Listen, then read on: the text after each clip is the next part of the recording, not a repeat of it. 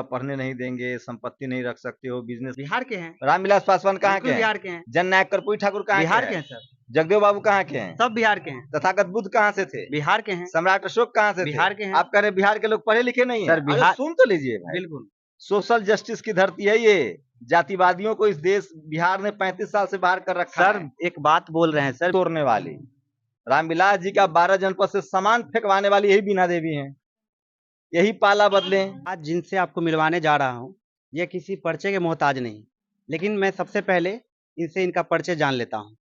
मेरा नाम शंभू है और मैं एक पत्रकार हूँ और वैशाली लोकसभा से चुनाव लड़ने जा रहा हूँ। ये जो जो आप जान रहे हैं शंभू जी, ये नेशनल दस्तक के ये मुख्य पत्रकार हैं और आज ये किसी परिचय के मोहताज नहीं। लेकिन बहुत खुशी हुई कि आप वैशाली से लड़ रहे हैं, लेकिन मैं एक क्वेश्चन करना चाहूँगा कि वैशाली से आप लड़ रहे हैं तो मुख्य आपका थीम क्या होगा, आपका चुनावी मैनिफेस्टो क्या होगा? चुनावी मैनिफेस्टो संविधान है। संविधान में जो संवैधानिक अधिकार है दलित, पिछड़े, आदिवासी, अल्पसंख्यकों को वो पर मिले।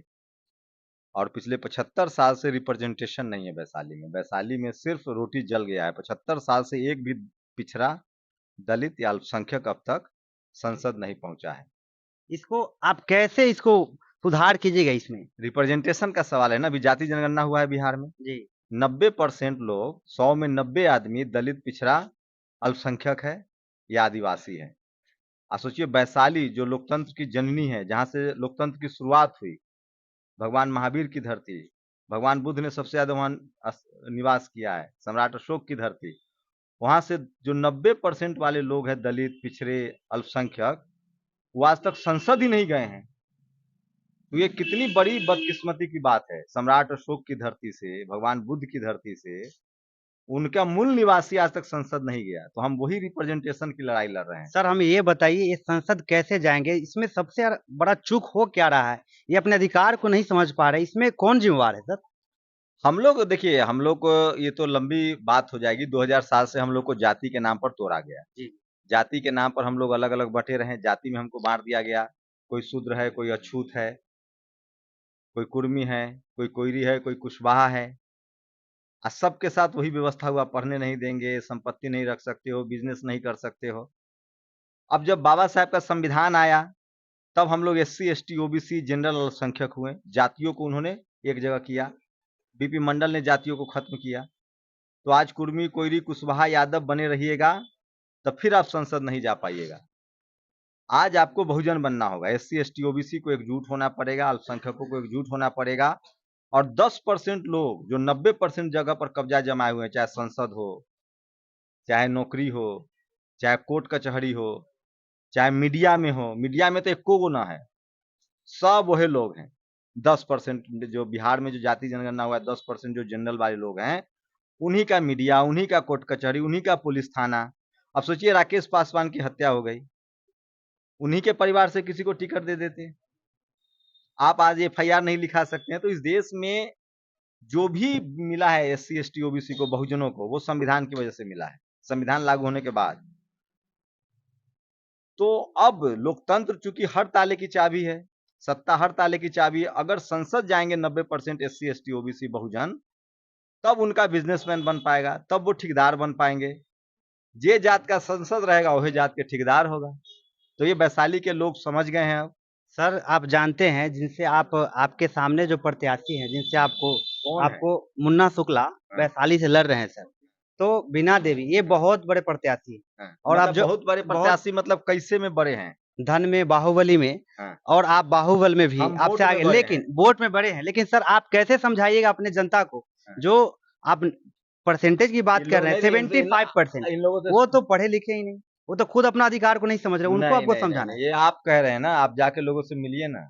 हम लोग पढ़े लिखे नहीं सर, थे, अब पढ़े लिखे हैं। सर बिहार में जो शिक्षा की स्थिति है ना सर, अगर आप बात करते हैं तो अरे भाई सर, साहब, अब सुनिए। आप बिहार उड़ती चिड़िया को हल्दी लगाता है। लालू यादव कहाँ के हैं? बिहार के हैं। रामविलास पासवान कहाँ के बिल्कुल हैं? बिहार के हैं। जननायक कर्पूरी ठाकुर कहाँ के बिहार के हैं? हैं सर। जगदेव बाबू कहाँ के हैं? सब बिहार के हैं। तथागत बुद्ध कहाँ से थे? बिहार के हैं। सम्राट अशोक कहाँ से थे? बिहार के हैं। आप कह रहे बिहार के लोग पढ़े लिखे नहीं है? सर बिहार, सुन तो लीजिए भाई, बिल्कुल सोशल जस्टिस की धरती है ये। जातिवादियों को इस देश बिहार ने 35 साल से बाहर कर रखा सर है। एक बात बोल रहे हैं सर, बिहार में सिर्फ पॉलिटिक्स कार्ड खेला जाता है, लेकिन सच्चाई अगर जमीनी स्तर पे देखा जाए सर, तो शिक्षा आपको ऐसे ऐसे मूर्ख टीचर दिखा देंगे पूरे सरकारी में सर, जो पढ़ा रहे हैं, जो हम 70-90% बोल रहे हैं, उनका जो पढ़ाने वाला टीचर है उनको खुद पढ़ने नहीं आता सर।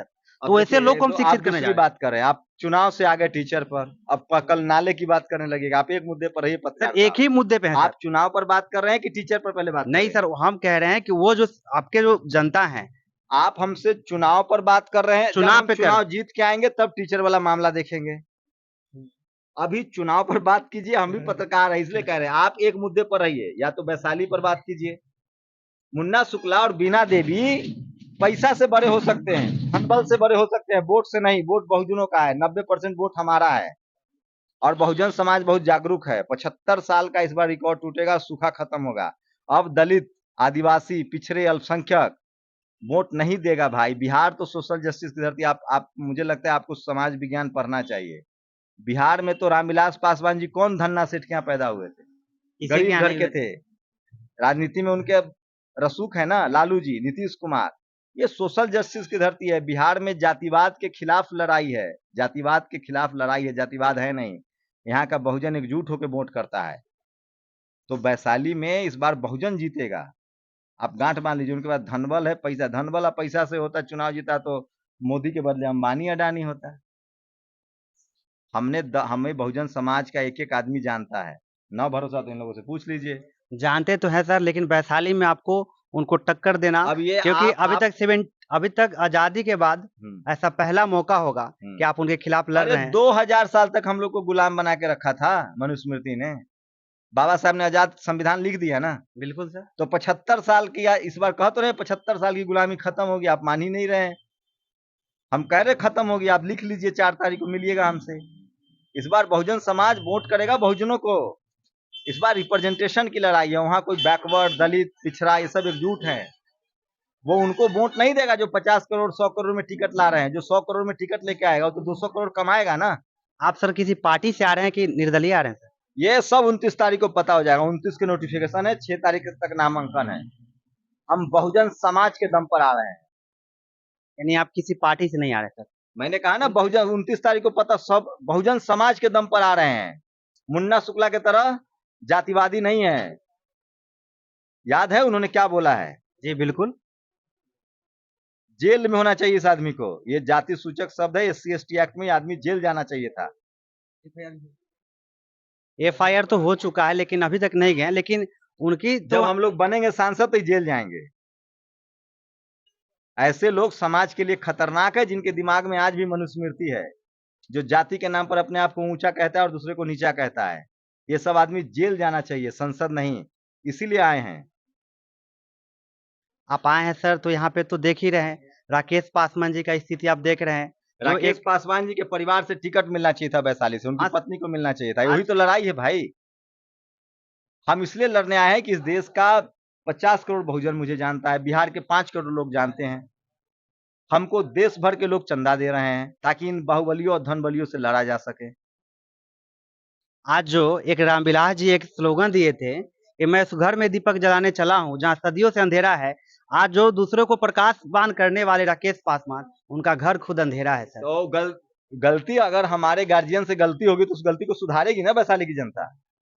चिराग जी का घर तोड़ने वाली, रामविलास जी का 12 जनपद से सामान फेंकवाने वाली यही बीना देवी हैं।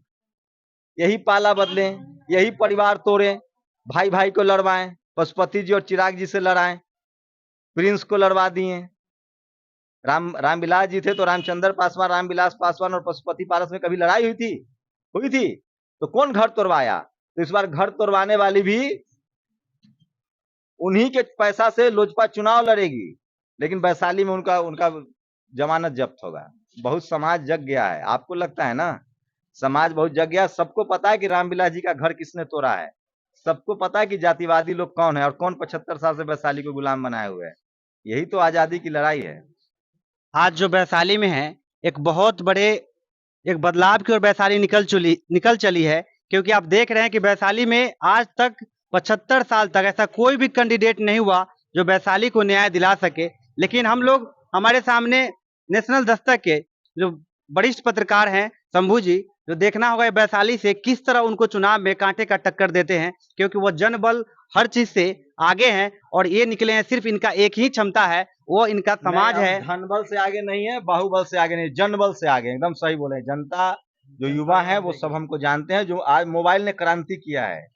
हमारी भलाई किताबों से हुई है, बाबा साहब किताब पढ़ के ना अधिकार दिलाएं, और हम मोबाइल है हमारे पास, इस करोड़ों रुपया के बराबर है।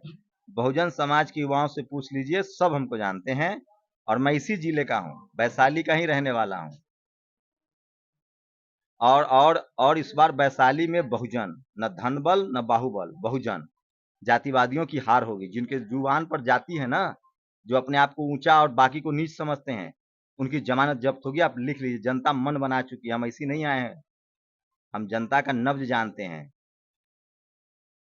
ये आगे देखना बहुत ही दिलचस्प होगा कि किस तरह से वैशाली में इलेक्शन होता है। वहां पे बहुत कांटे की टक्कर हुआ, क्योंकि इनके साथ जन की समर्थन है, पूरा जन जो है, बहुजन एक साथ है। देखना होगा कि किस तरह से इनके साथ आगे चुनाव होता है। धन्यवाद।